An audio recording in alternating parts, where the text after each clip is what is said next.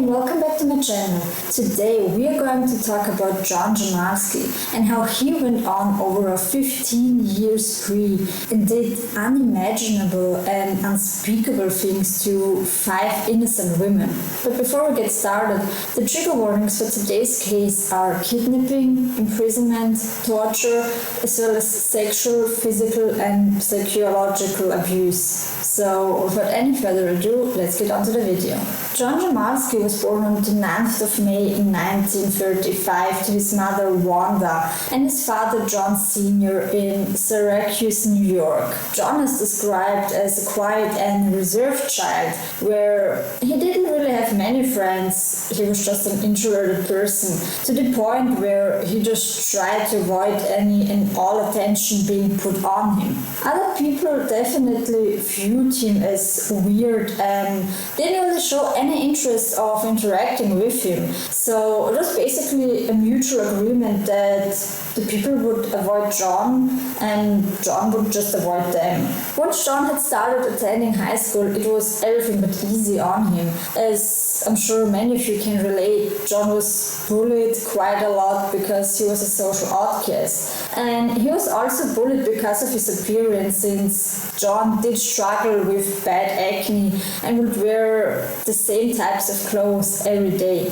John's bullies over time even gave him the nickname Germs Jamelske, and it became worse and worse until John left to attend college, where he earned himself a bachelor's degree. And after his academics were finished, John decided to join the army. And John himself said that once he entered the army, his life was pretty good. I mean, he had a bachelor's degree.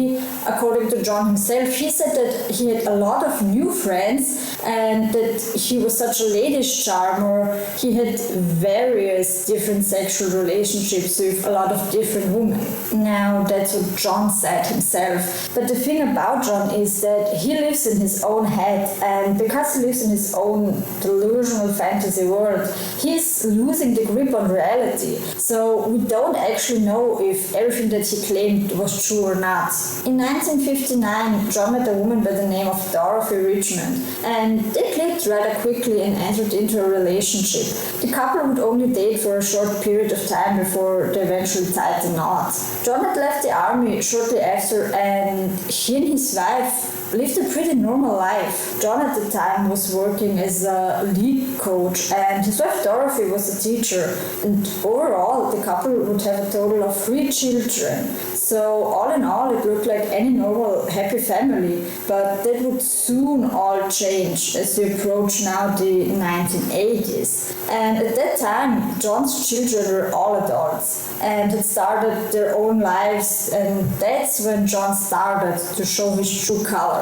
Now, John is described to be a cheapskate, and he started taking it to the extremes where he would visit the local library weekly, demanding from the staff to collect all of the newspapers and handing it out to him. And if he didn't get his wish, John would explode to the point of almost getting physical with the staff members. And it wasn't even that John and his family were struggling financially. Not at all. In fact, John was a secret millionaire, since John's father passed away and his father was pretty rich. So John, well, he didn't inherit all the money, but he has definitely gotten quite a bit. And not only did he inherit a lot of money, John also inherited a lot of expensive possessions like Tiffany clocks, and they valued at $40,000 each. Now, John wasn't stupid. In fact, he was actually pretty clever with his inheritance and invested it. So he was now also making good money off of his investments, but yet he refused to spend a single penny of his own money. Instead, he was pretty hard on his wife for forgetting to turn the lights off or not buying a special deal at the grocery store. John had all of this money, but yet he still forced his family to wear old, dirty, ripped up clothes. And I'm not even sure if Dorothy knew about the inheritance, but I'm thinking that John definitely made sure that no one knew about this money. Another obsession of his, if you will, was collecting bottles, like plastic bottles. And this is something that people still do. So how it works is basically you take your plastic bottles and you would get money by handing them into a recycling center. But John wouldn't just recycle his own plastic bottles. No. He went around his neighborhood, even the whole town, collecting any plastic bottle that he could possibly find. And there were piles on top of piles in his car until the car was full of empty plastic bottles. And then John would go and recycle them, collect all the money, and then start all over again. Another thing about John was that he was a hoarder, because not only would he collect plastic bottles to recycle them, John had over thousands of plastic bottles for his own personal collection. Different colors, brands, shapes, sizes, you name it. And John also put his collection on display. He put them on shelves. There were plastic bottles on the floor. Basically, there were plastic bottles around the whole house. And that wasn't the only thing that John would collect. On top of that, he was collecting newspaper, magazines. John also collected every single mail that he ever received. And he even collected dozens of unopened boxes of cereal, shampoo, ketchup, and even 56 unopened Kleenex tissue boxes. So John definitely had a hoarding problem. And I can even imagine how he managed to just walk around his house with so much stuff just lying around. And his garden was also stuffed. There were a couple of refrigerators, bathroom sinks, rusting motorbikes, old car tires, even a few cars that were abandoned, 3 snowmobiles and 2 tractors. And quite understandably so, the neighbors were complaining a lot about John and even called the authorities hoping that they could get John to clean up. And the police did actually come to pay John a visit, but he never did anything in regards of cleaning up. But John got so annoyed of his neighbors that instead of cleaning up his mess, he decided to build a 6-foot-tall fence around his whole property. In 1984, Dorothy was unfortunately diagnosed with cancer, and it didn't look like she had much more time left. And instead, of John worrying about his dying wife and being there as an emotional support, his thoughts was, well, damn, now that my wife is sick, she can't satisfy me anymore. I have to find someone else who can. And John is 49 years old at the time, and after hearing that his wife is dying of cancer, he goes through a midlife crisis now, walking, talking, and dressing like a teenager. And it's only now that he starts to spend his money. John went out and got himself new designer clothes and even started listening to hip-hop. His whole goal was basically to get himself a new teenage girlfriend. And he actually accomplished his goal. John had actually managed to get himself a 16-year-old, I don't even want to say girlfriend, but you get my point. And her name was Debbie. And yes, the relationship was also sexual, and to make things even worse, John decides to bring Debbie into his home where his sick wife was still living. Now, at first John did try to keep his relationship a secret, but Dorothy was sick, not stupid, so she found out rather quick to what he was up to, as did his kids. And to say that they were mad would be an understatement. One of his sons was actually so mad and disappointed at John that he actually punched his father straight in the face. And this new relationship of John's was causing so much trouble that eventually John broke up with Debbie. But despite breaking up with Debbie, John was just so furious with his family for forcing to break up upon him. John wanted to continue the relationship, but his family was causing just too much problems for him. And this is just my personal opinion, but I believe that he only broke up with Debbie because he was scared that one of his sons would snitch on him to the police. And unfortunately, instead of realizing that maybe he made a mistake getting himself involved with an underage girl, he started to plan on how by the next time no one would find out. And in 1988, John was now 35 years old, decided now is the time to make his plan a reality since Dorothy was now bedridden. Although this time John wasn't going to go out and look for another girlfriend. No, his plan was to go out and kidnap one. On the 17th of September in 1988, John was driving around in his 1975 Mercury Comet, and it is that day when John saw a 14-year-old girl by the name of Kristen. But before we continue, since thankfully all the victims in this case survived, there won't be any details regarding them to maintain their privacy.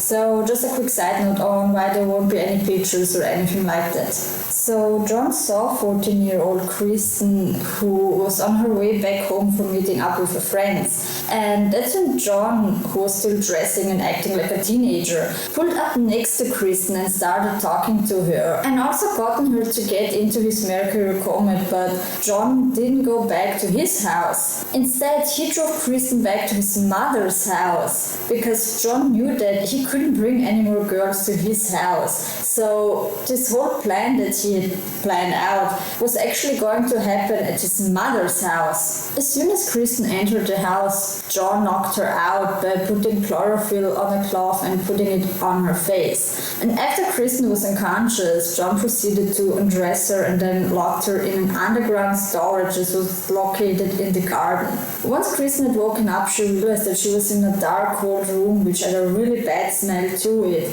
And she also realized that she now didn't have any clothes on her, but that she was chained to a wall. And this room, if you can even call it a room, was extremely small to the point where you couldn't even properly stand up. So Kristen was just lying there, and because this was all an underground, John knew that no one could hear Kristen scream out for help. Shortly after Kristen had regained her conscience, that's when John came downstairs and calmly explained to Kristen that she was now his prisoner, and he would also explain to her that they would have sex, when in actuality John would rape Kristen every single day from this point on, and that if she didn't comply or tried anything that he didn't like, John threatened Kristen to kill her entire family. And that's basically when the sexual abuse started, just like John had warned her. He came downstairs every single day to assault Kristen, and this abuse would last for about 6 months. So for the next 6 months he terrorized this poor 14-year-old girl, but eventually he starts thinking to himself that he needs a better plan. This room was very small, like I've mentioned, so John now decides that he was going to build himself his own secret sex dungeon, and he starts building this dungeon in his own garden, because it was just too much work having to drive to his mother's home to assault Kristen. He wants to have the comfort of his own house so he can just go in and do whatever he wanted, whenever he wanted. And since there is already a 6-foot fence around his entire home, no one really knew what exactly it was that John was up to. I mean, sure, you could hear the commotion, but because the neighbors already had so much trouble with John, no one bothered to ask what exactly he was doing. So the neighbors didn't really notice anything, but his family did. And when John was confronted, his explanation was that he was building a bomb shelter. Another son of John's by the name of Brian actually helped his father build this sex dungeon, and even hired a construction company to dig a 10-foot deep, 25 feet long and 15 feet wide hole in his garden. And John also built a tunnel from his basement to the dungeon, so that he could just exit it without risking someone seeing him. So once the dungeon was finished, John went and brought Kristen back to his house, where he made her crawl through the tunnel to her room, where he chained her up yet again and locked the door behind him. And John made sure to keep the lights turned off as another form of torture. And in this dungeon you couldn't really hear anything from the outside. And remember, Kristen is naked basically the whole time, having barely enough food to keep her alive, and we're talking about New York here, and it just shows how strong Kristen really is. And regarding John, now that he had his dungeon, he really thrived, because now now that he had access to his dungeon 24/7, he started to torture poor Kristen even more. John made Kristen write about her day and what she did every single day, basically like a journal entry. And John did expect Kristen to write every little detail, like when she went to the bathroom, when she was assaulted by John. And another thing was that Kristen wasn't allowed to write the word rape because he didn't like that. So she had to write down the word sex because this sounded more consensual, I guess. Another thing was that John would have Bible sessions with Kristen where they would sit together and read and talk about the Bible because John in fact was a very religious person, so he expected Kristen to also start reading the Bible. And because John was almost obsessed with documenting things, he would also force Kristen to take baths in front of him, where he would then take photos of Kristen. Kristen also wasn't really getting much food, so she quickly lost a lot of weight, and she was alone in this dark dungeon with nothing but her own thoughts before John would eventually come back and assault her all over again. And John just keeps on manipulating Kristen, telling her that he was a part of a sex cult and that his name was Luther, and because he claimed that he was in this cult. He also told Kristen that he knew very powerful people, that he had connections everywhere, and that if Kristen dared to try and escape, John would not hesitate to kill her entire family. John also went on telling Kristen that she wasn't the only girl that she was holding captive, but that Kristen had somehow earned herself the privilege to now be in his house. So yeah, John is full of BS, but Kristen knew what he was capable of. I mean, she was tortured enough by this man, more than enough by this point, and John, to make things even worse, had actual pictures, and I'm talking about recent pictures, of Kristen's family, and so she had no choice but to believe him. And don't ask me how he knew where her family lived, but as soon as he found out the address, he went over to their house and actually introduced himself to Kristen's mom, that he worked for their landlord. So Kristen's mom just let him in. I mean, she didn't really have any reason to doubt his claims that he was sent from their landlord. And Kristen by this point had already been reported as a missing person, but for some reason the police didn't look into this case because they thought that Kristen ran away from home, which she had done in the past, so the case was treated as such. John also forces Kristen to write letters to her family, telling them that she was with some of her friends in New York and that she would soon return when she started to get bored. And to everyone's surprises, John actually allowed Kristen to call her family, which she was forced to confirm her lie over the phone. And because the family received those letters and had an actual conversation with Kristen, the police then closed the case. So 2 years pass where Kristen is forced to go through unspeakable torture, and during her time in the dungeon, John believed that he had formed an actual relationship with Kristen. He even took her on a trip to California because he wanted to do something romantic for her. John really is a special, sick and twisted kind of human being. And to make things even worse, remember when I told you that John had a son called Brian? So yeah, it was actually John's son who drove John and Kristen to the airport.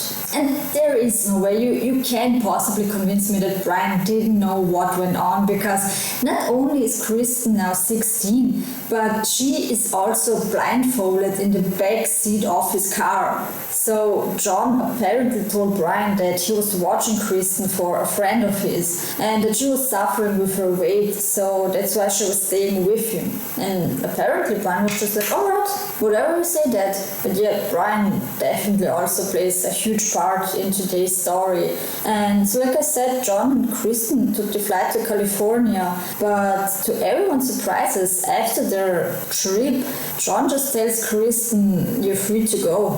He drops her off at the Syracuse airport, and Kristen was just shocked. I mean, she probably didn't thought that she would make it out alive, considering the fact that she was held captive for 2 years by this point. But But there she was now at the airport, basically tasting her freedom. But before John let her go, he did warn her that if she ever told anyone what had actually happened to her, that he would come back and kill her entire family. So now, 2 years after being kidnapped, Kristen, at 16 years old, finally returns home to her family. And her family was just so relieved to finally see Kristen again, to see her safe and sound, and to be able to hug her. But even though Kristen was back home, she was still terrified of John, and she didn't say anything that had happened to her. So we are now in 1991, and the next 4 years John just goes back to his normal life. He's still living with his wife, collecting plastic bottles and newspapers. But one major thing does happen around the 4 years. John's mother passes away. Now, when her body was found, it has been discovered that the electricity had been cut off and that she was also very malnourished and dehydrated. So her death did raise suspicions to the police, and an investigation was done, but her death was ruled as natural causes, and so John inherited even more money. So another 4 years passed on the 31st of March in 1995. John was driving around when he saw 14-year-old Michelle, and Michelle, just like Kristen, did have a past of running away. So John approaches Michelle in his car and starts talking to her. He told her that his name was Matthew, and John never told his real name. In fact, he would always use a different name to ensure that his identity was being protected.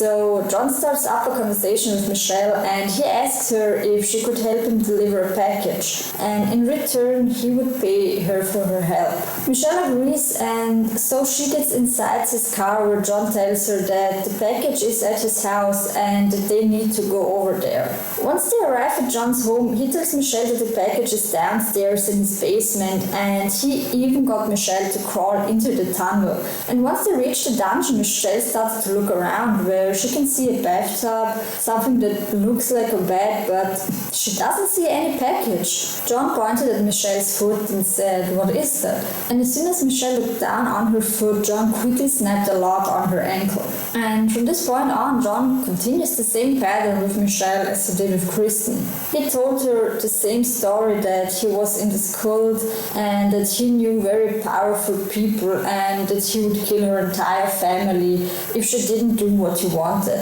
And he did manage to again take photos of her family and her house. And so Michelle believed John's story as well. John also demanded of Michelle to keep a diary and write down everything that she did. And just like Kristen, when John wasn't abusing her, she was just left by herself in this dark, cold dungeon for 20 plus hours. But there was one thing that was different this time. John filmed Michelle where they are dancing together, where Michelle is clearly drugged up. And she was held captive for 13 months before John, just like with Kristen, just let her go. He blindfolded Michelle and drove her back home, but unlike Kristen, Michelle, however, didn't stay quiet. She told her mom everything that had happened to her, and her mom wanted to take Michelle to the police. But Michelle still believed John's story, that he had people everywhere, and not too long after Michelle was released, John would occasionally pull up to Michelle's house, just sitting in his car and just staring at the house. And even Michelle's mom started to believe the story of the sex cult was true.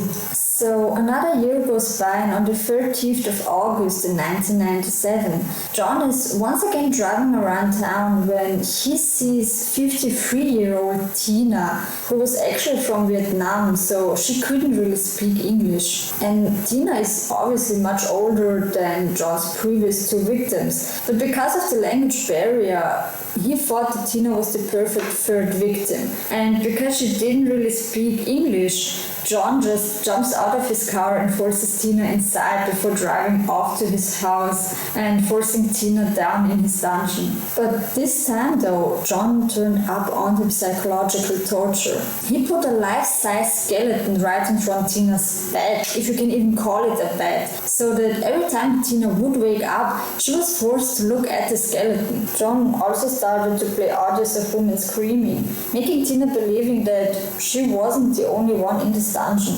And John also put 2 separate jars in front of her where he forced her to separate nails and screws. Overall, John had become much more aggressive and violent with Tina than he was with Kristen or Michelle. For example, John hit Tina so hard that he burst her eardrum for Tina to become permanently deaf on one ear, and her torture would last for 9 months before John let Tina go as well. But unlike Kristen or Michelle, Tina went straight to the police, but partly because of the language barrier, Tina wasn't quite able to explain what exactly had happened to her, and unfortunately the police either didn't care or believed Tina, but they didn't investigate further. And in 1998, Dorothy, John's wife, sadly lost her battle to cancer, and apparently John was so devastated, but his grief didn't last all too long, because on the 11th of May in 2001, John once again was driving around when he came across a 26-year-old woman called Jennifer.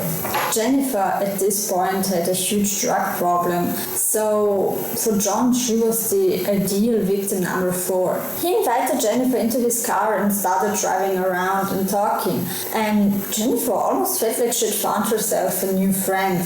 But unfortunately this feeling didn't last all too long, because Jennifer eventually passed out from drinking, and when she woke up again she found herself in John's dungeon. And just like before, John tells Jennifer that he's in this sex cult, and basically telling her the same story that he told to Kristen, Michelle and Tina. Only this time he tells Jennifer that she's planned to be sold for $30,000 and that she would never be able to see her family or her children again. So Jennifer experiences the same things that John's previous 3 victims had to endure. She was also expected to keep a diary, writing every little detail of her day, being abused by John on a daily basis, forced to listen to audios of women screaming. The only difference was that Jennifer had actually started to fight back. She fought at every given opportunity, hitting against the walls until her hands were open and bloody. Every time that John would come down to assault her, she fought as much as she could to try and stop him. But John did expect at some point his victim would try and fight back, or maybe even try to murder him, so he had a combination lock which he would put on the door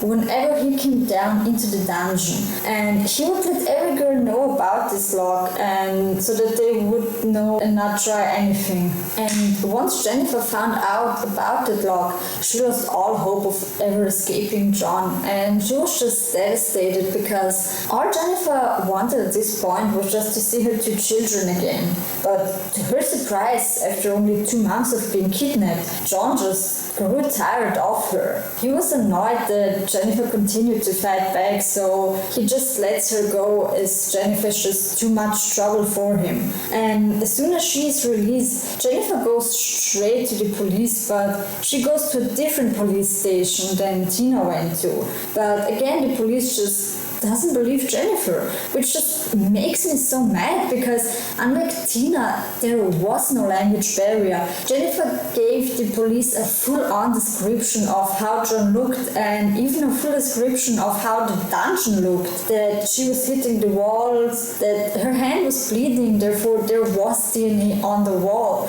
and that there was also graffiti with the words "wall of fucks." Jennifer also told the police officers that John was driving a 1974 Mercury Comet, which had a tan color, or so she thought, because even though she was able to describe the car to the detail, she wasn't too sure about the year, because John's car was in fact a 1975 Mercury Comet. So because the police had the wrong year, they searched a database for a 1974 Mercury Comet, and since there was no match, they decided to just not believe Jennifer's story. So another year goes by, and in October 2002, John once again was driving around town when he saw 14-year-old Mika, and just like Kristen and Michelle, Mika had also passed off running away from home.